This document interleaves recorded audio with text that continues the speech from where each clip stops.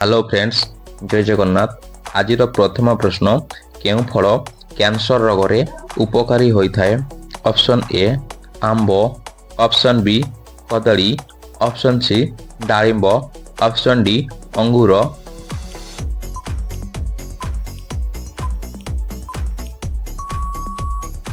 दर्शक बंधु, यार सठिक उत्तरटी होउछि ऑप्शन डी अंगूर। हाँ फ्रेंड्स, अंगूर खाइबा द्वारा कैंसर रोग उपकारी होता है। परवर्ती प्रश्न, केउं पत्रर रस दांत मूड़े लगाइले दांत पोक और दांत बिंधा अति शीघ्र दूर हुए? ऑप्शन ए निम्ब पत्र, ऑप्शन बी तुलसी पत्र, ऑप्शन सी ओमामार्ग पत्र, ऑप्शन डी बेलपत्र।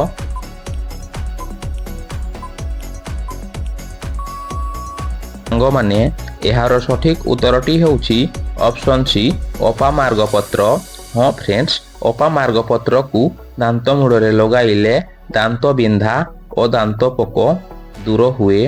परवर्ती प्रश्न, परिस्रा करिवार केते मिनिट परे पानी पीवा उचित? Option A 20 minute, option B 40 minute, option C 35 minute, option D 45 minute.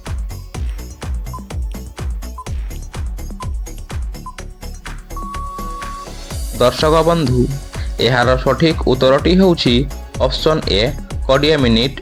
हाँ फ्रेंड्स, परिस्रा करिवार 20 मिनिट परे पानी पीवा उचित। परवर्ती प्रश्न, प्रतिदिन केउं शाग खाइले आखिर दृष्टिशक्ति वृद्धि होता है? ऑप्शन ए कलरा शाग, ऑप्शन बी पोई शाग, ऑप्शन सी सजना शाग, ऑप्शन डी पालंग शाग।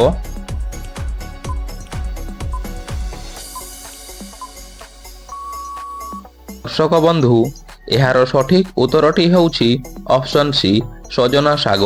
हाँ फ्रेंड्स, सजना शाग खाइबा द्वारा आखिर दृष्टिशक्ति वृद्धि पाई थाए, कहीं सजना शागरे प्रचुर परिमाण रे विटामिन रही थाए। परवर्ती प्रश्न, कंचा आंब खाइबा द्वारा केउं रोग भल होई थाए? ऑप्शन ए मधुमेह, ऑप्शन बी चर्म रोग, ऑप्शन सी रक्तहीनता, ऑप्शन डी कैंसर।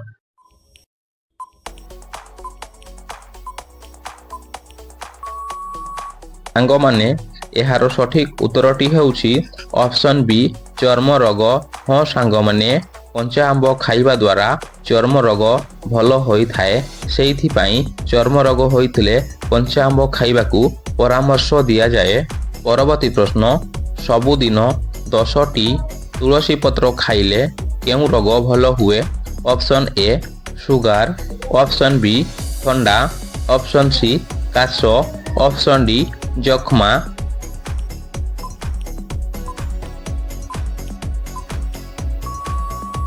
दर्शक बंधु, यार सठिक उत्तरटी होउछि ऑप्शन बी ठंडा एवं ऑप्शन सी काश। ए दुईटी जाक तुलसी पत्र खाइबा द्वारा भल होई थाए। परवर्ती प्रश्न, घर पाखरे केउं गछ थिले साप आसंती नाही? ऑप्शन ए कामिनी, ऑप्शन बी तुलसी, ऑप्शन सी अरख, ऑप्शन डी लिंब।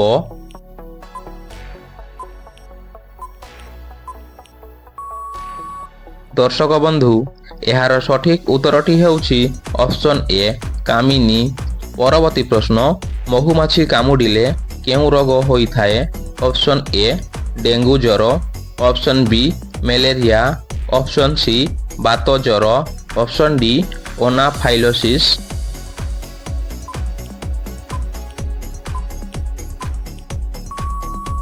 दर्शक बंधु, यार सठिक उत्तरटी होउछि ऑप्शन डी ओनाफाइलोसिस।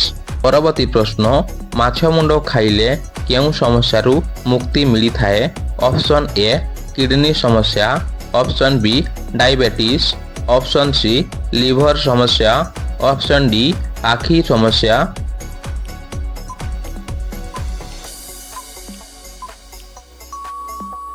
दर्शक बंधु, यार सठिक उत्तरटी होउछि ऑप्शन डी आखि समस्या। परवर्ती प्रश्न, केउं फल खाइबा द्वारा 300 रु अधिक रोग भल होई थाए?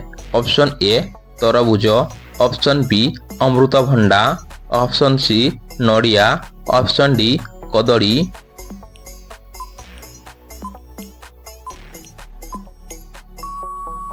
ଫ୍ରେଣ୍ଡସ୍, ଏହାର ସଠିକ ଉତ୍ତରଟି ହେଉଛି ଅପସନ୍ ବି ଅମୃତଭଣ୍ଡା। ହଁ ଫ୍ରେଣ୍ଡସ୍, ଅମୃତଭଣ୍ଡା ଖାଇବା ଦ୍ୱାରା 300ରୁ ଅଧିକ ରୋଗ ଭଲ ହୋଇଥାଏ। କାହିଁକି ନା ଅମୃତଭଣ୍ଡାରେ ପ୍ରଚୁର ପରିମାଣରେ ସମସ୍ତ ପ୍ରକାର ପୋଷକ ଏବଂ ଭିଟାମିନ୍ ରହିଥାଏ। ପରବର୍ତ୍ତୀ ପ୍ରଶ୍ନ, ରାତିରେ କେଉଁ ଖାଦ୍ୟ ଖାଇବା ଉଚିତ ନୁହେଁ? ଅପସନ୍ ଏ ଅଣ୍ଡା, ଅପସନ୍ ବି ମାଣ୍ଡିଆ, ଅପସନ୍ ସି ଶାଗ, ଅପସନ୍ ଡି କ୍ଷୀର।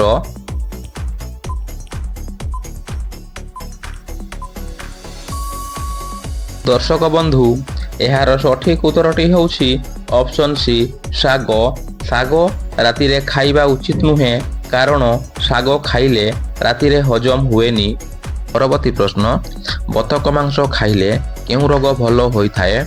Option A cholesterol, option B cancer, option C ମଧୁମେହ, ଅପସନ୍ ଡି ହଇଜା।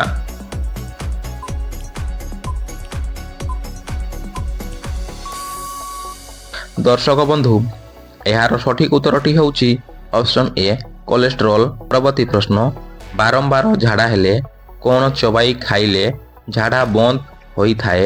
ଅପସନ୍ ଏ ଜିରା, ଅପସନ୍ ବି ଗୋଲମରିଚ, ଅପସନ୍ ସି ମେଥି, ଅପସନ୍ ଡି ଅଦା।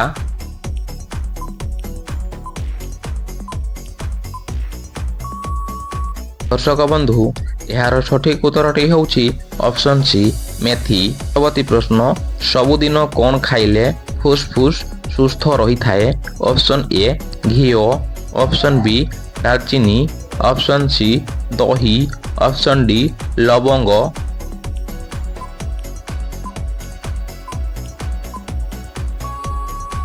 ଦର୍ଶକ ବନ୍ଧୁ, ଏହାର ସଠିକ ଉତ୍ତରଟି ହେଉଛି ଅପସନ୍ ଏ ଘିଅ। ପରବର୍ତ୍ତୀ ପ୍ରଶ୍ନ, କେଉଁ ପକ୍ଷୀର ସ୍ୱର ସବୁଠାରୁ ମଧୁର? ଅପସନ୍ ଏ ଶୁଆ, ଅପସନ୍ ବି କୁଆ, ଅପସନ୍ ସି କୋଇଲି, ଅପସନ୍ ଡି ପାରା।